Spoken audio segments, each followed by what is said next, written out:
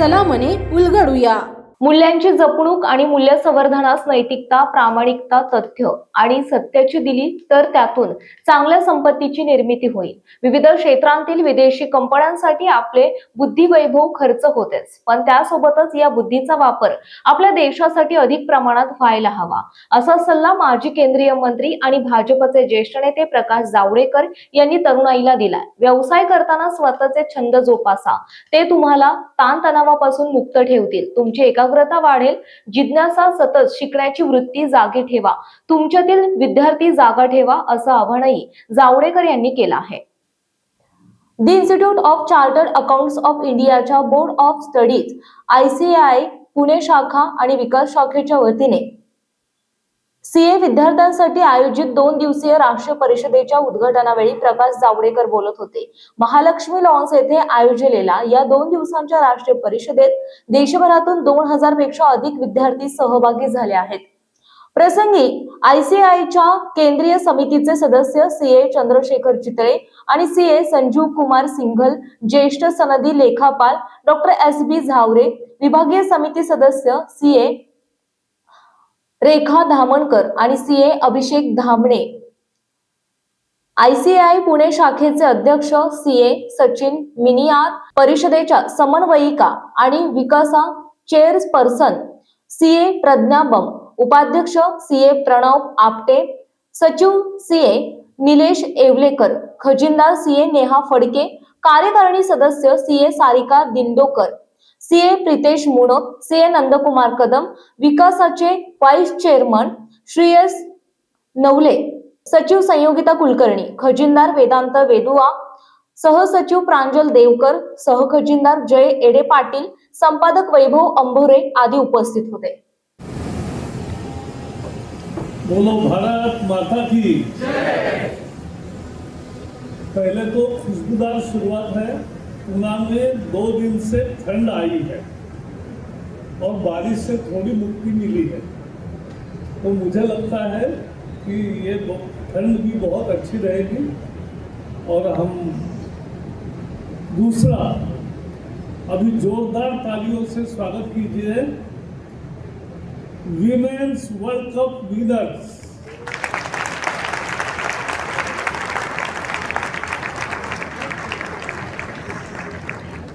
देखो, किसी भी क्षेत्र में सक्सेस के लिए जो मेहनत करनी पड़ती है, जो डिसिप्लिन चाहिए, जो संयम चाहिए और जो एक पूरा फोकस चाहिए, उसी से सक्सेस मिलता है किसी भी क्षेत्र में।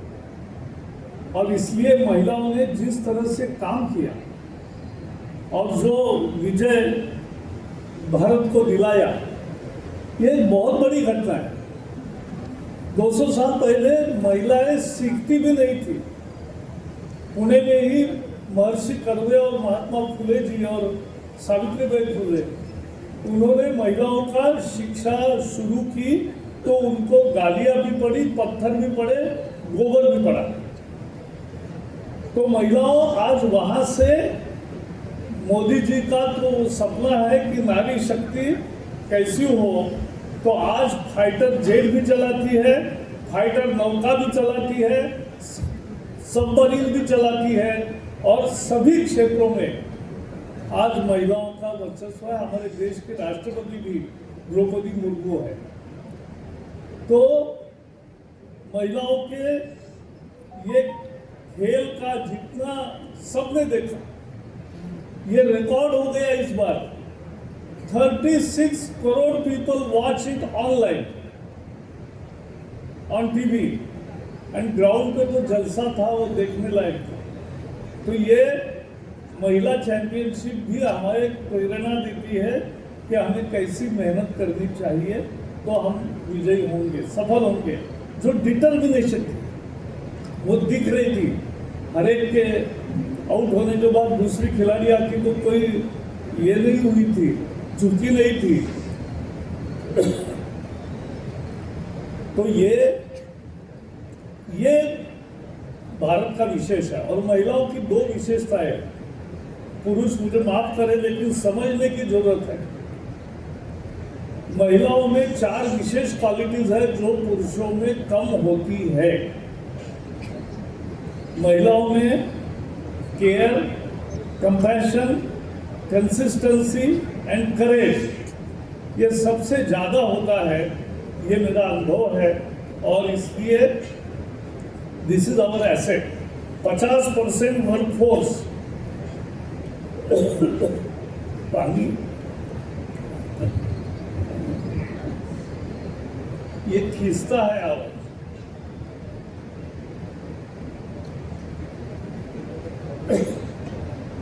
तो ये महिलाओं का हुआ। एक नई न्यूज बताता हूं। फेसबुक का जुकरबर्ग ये 26वें वर्ष में बिलियनर हुआ था, लेकिन अभी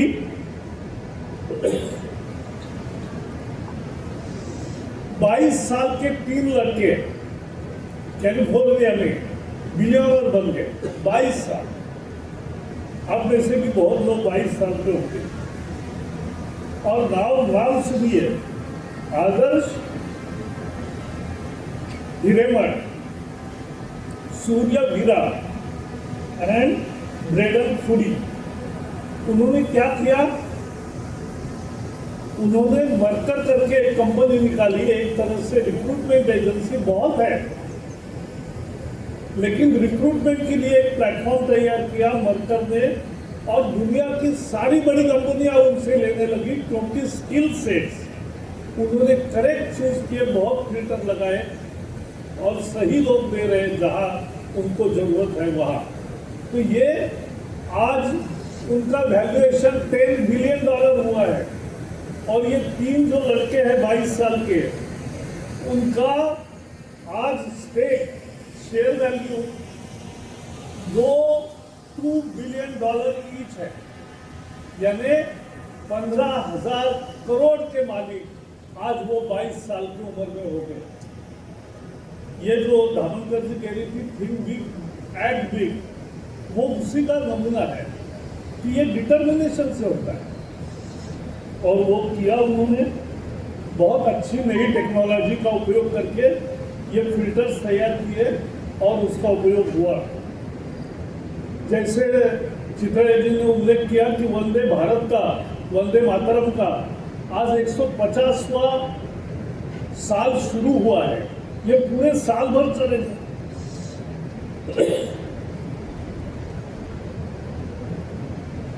जश्न पूरे साल भर चलेगा, क्योंकि वंदे भारत एक मंत्र था स्वराज का। चाहे क्रांतिकारी हो, चाहे शांतिपूर्ण सत्याग्रही हो, या चाहे करोड़ के मालिक, आज वो 22 साल की उम्र में हो गए। ये जो धामनकर जी कह रही थी थिंक बिग एक्ट बिग, वो उसी का नमूना है कि ये डिटर्मिनेशन से होता है। और वो किया उन्होंने, बहुत अच्छी नई टेक्नोलॉजी का उपयोग करके ये फिल्टर्स तैयार किए और उसका उपयोग हुआ। जैसे चित्रा जी ने उल्लेख किया कि वंदे भारत का, वंदे मातरम का आज 150वां साल शुरू हुआ है। ये पूरे साल भर चलेगा।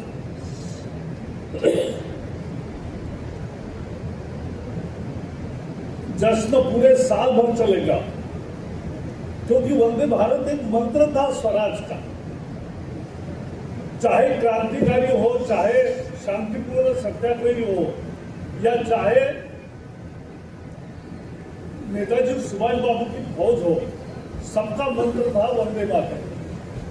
और वंदे मातरम बंकिम चंद्र जी ने लिखा और रविंद्रनाथ टैगोर जी ने गाया। ये बहुत इंपॉर्टेंट है। तो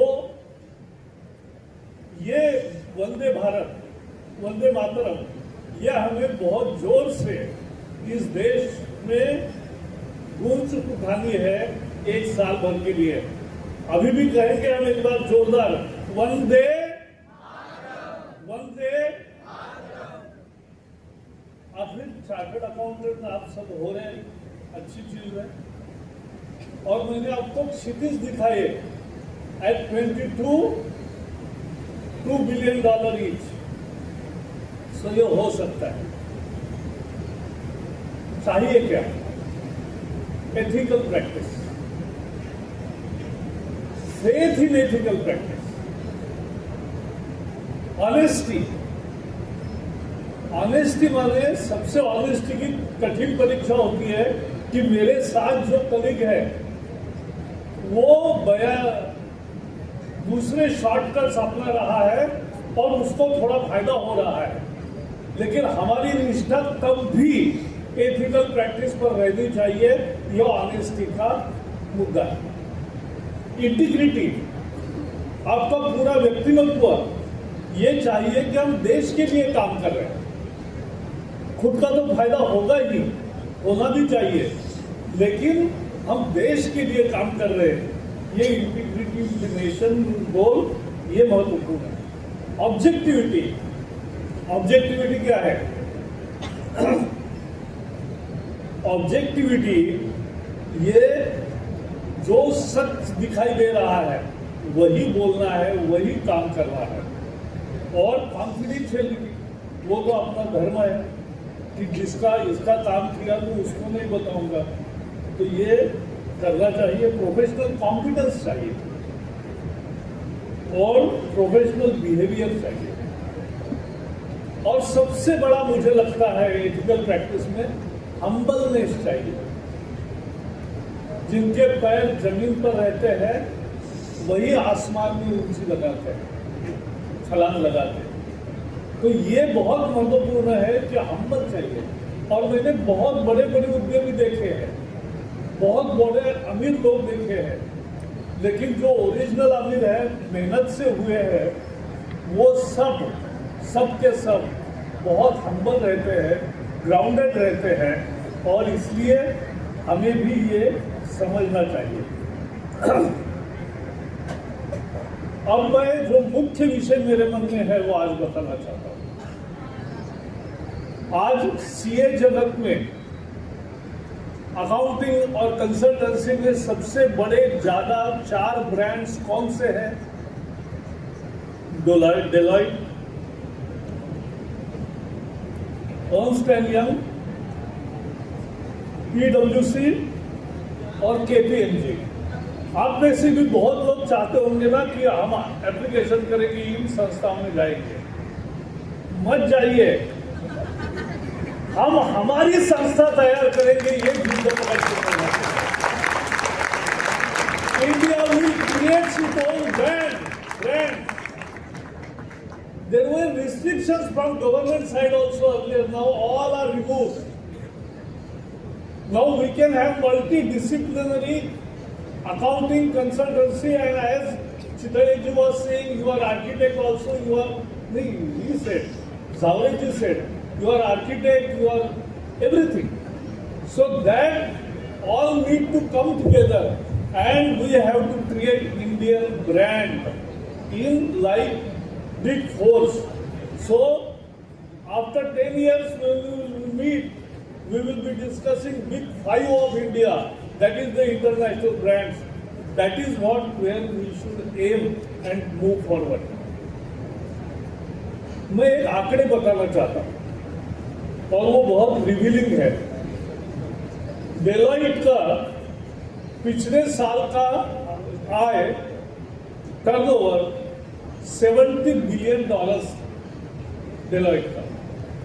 उनके पास 4,70,000 एम्प्लॉइज है।